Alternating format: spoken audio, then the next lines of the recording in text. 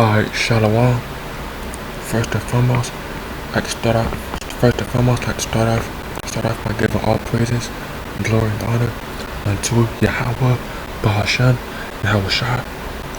All praises, glory, and honor be unto Yahawah, hasham, Yahawashi. Barakatah Yahawah, Barakatah Yahawashi, Barakatah Yahawah, Barakatah Yahawashi, Barakatah Yahawah, Barakatah Yahawashi, Barakatah Yahawah, Barakatah Yahawashi, Barakatah Yahawah, Barakatah Yahawashi. Yahawah is the true name of the Most High God, who the world calls God, and Yahawashi is the true name of who the world calls Jesus. Okay, and pretty much what I want to discuss today is pretty much an update on World War III. Okay, because World War III is at hand, alright, and World War III is a major prophecy in the Bible. You know, right before the Lord coming back, the Lord showing coming back, second coming, alright, the second coming of Yahawashi, okay, who the world ignorantly calls Jesus, alright. And World War III is a major prophecy, and time's moving by fast, alright. The days are going by fast, the prophecies are coming by, the prophecies are coming to pass, major prophecies, earthquakes in diverse places, okay. You got earthquakes happening all around the earth right now. And you had a major earthquake that happened in California like a few days off on the 4th of July. Which an earthquake happened on the 4th of July while everybody's celebrating, having fireworks. That should tell you something, right? Cause what were we doing during the 4th of July, alright? And I say we, I'm talking about the so-called blacks, like Latinos, Native Americans, alright? Us being the Israelites, the people of the Most High. Well, what were we doing during the 4th of July, alright? We were naked hanging to a tree, alright? We were hung, and we were tied to trees naked, alright? Stripped from our clothes, alright? We were being oppressed.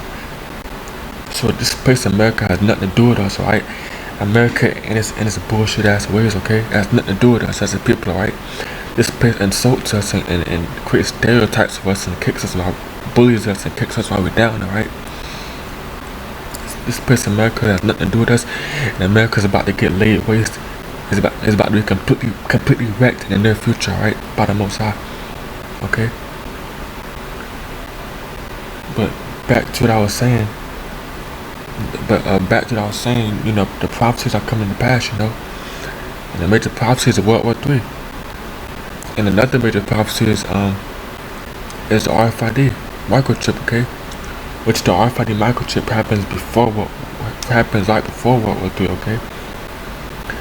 You know, the missiles are going to get shut off, okay, to destroy America, but that won't happen until the RFID is being mandatory. So what you got going on here is you got Britain, you know, seizing Iranian ships, and Iran saying that they're going to seize a ship, okay, and then you got U.S. sending F-22s and B-52 bombers to destroy the Hormuz, you know, where Iran is at. And Iran said that they're going to make the Strait of Hormuz a bloodbath, okay? That they're going to kill all those soldiers that's surrounding them, okay? Alright?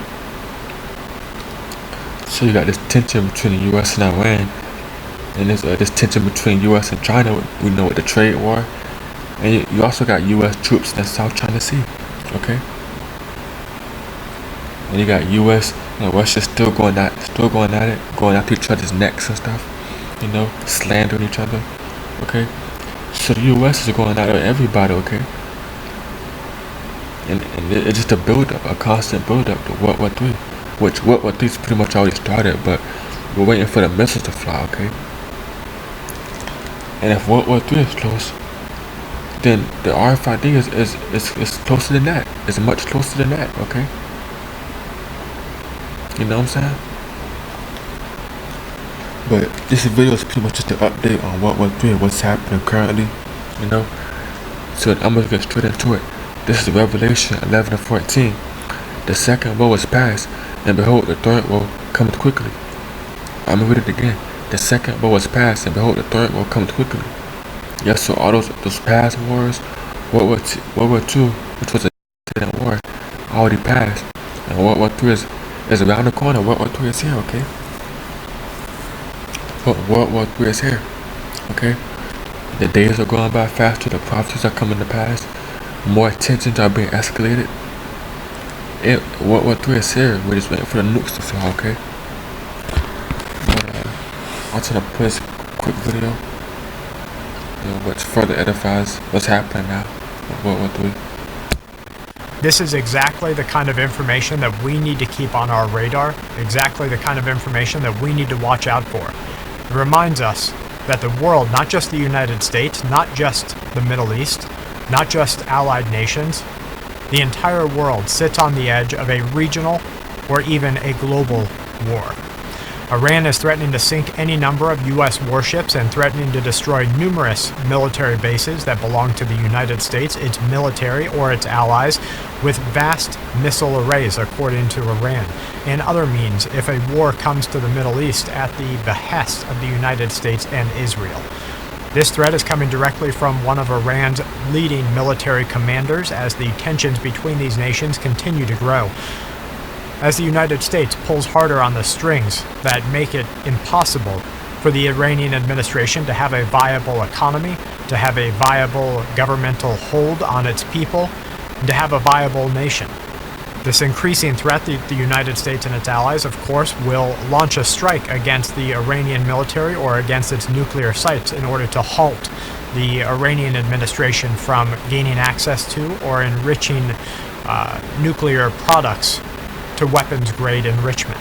The escalation comes as Britain, with assistance from the Royal Navy warships, are reported to be in the works right now of being deployed to protect shipping channels that are vital to the United States and vital to the United Kingdom in the Gulf near Iran or Iranian-controlled waterways. The following is a quote from Iranian outlets of the threats made to the United States by one of the leading military commanders there. American bases are within the range of our missiles. Our missiles will destroy their aircraft carriers if they make a mistake. Americans are very well aware of the consequences of military confrontations with Iran. He continues, warning that the United States faces a, quote, sea of blood in the Gulf. Over the weekend, a cleric in Iran said that, quote, think of an attack only if you want to change the color of the Persian Gulf waters to red, indicating that blood will be shed by the Americans, blood will be shed by the Israelis, and blood will be shed by all American allies in the event of a war here. The cleric repeated warnings that Iran is ready to abandon all of its currently mandated constraints on its nuclear program that have been imposed by the West, including the enrichment processes that are necessary to bring nuclear weapons to the administration of Iran. An Iranian imam is reported to have claimed that he, quote, saw the corpses of U.S. troops before their eyes, before continuing to claim that Iran will act swiftly and decisively to attack Israel's nuclear power plant and nuclear program in Negev. These are serious threats. These are the words that have led up to war in our world's past.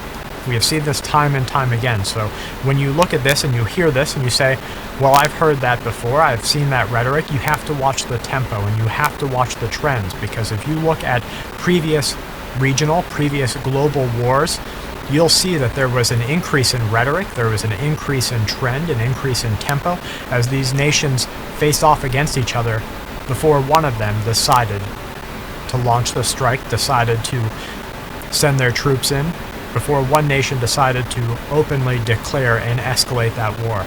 Israel's Prime Minister Netanyahu is responding to the Iranian threats against the nuclear program in Negev, saying that Israel's F-35 fighter jets can reach the nation of Iran easily. Israel was the first country, as many of you know, to use the F-35s in a combat situation. The Prime Minister, Benjamin Netanyahu, said Tuesday after visiting an F-35 squadron that the nation of Iran should remember that Israel's Air Force can strike anywhere in the Middle East,